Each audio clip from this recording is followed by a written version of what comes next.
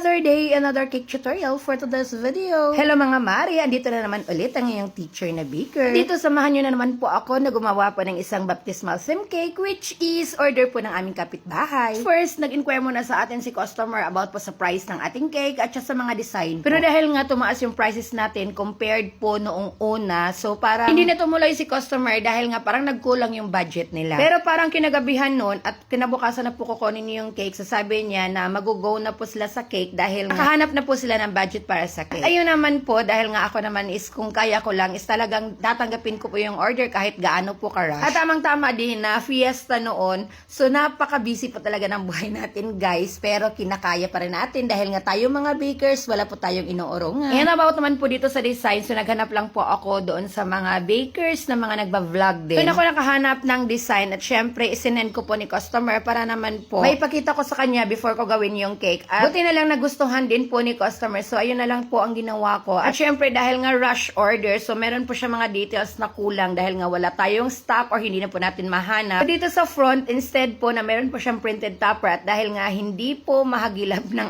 aking gumagawa ng mga printed topper natin. So, ito na lang po ating happy questioning. Acrylic yung inilagay natin. At check naman, bonggang-bongga dahil nga ang ganda naman niya tingnan. At syempre, meron lang din po tayong nilagay dyan na fondant details gaya po ng ating clouds, which is bumagay din naman po sa ating ginawa na cake. Dito kayo na po ang humusga kung maganda ba ang ating cake o hindi.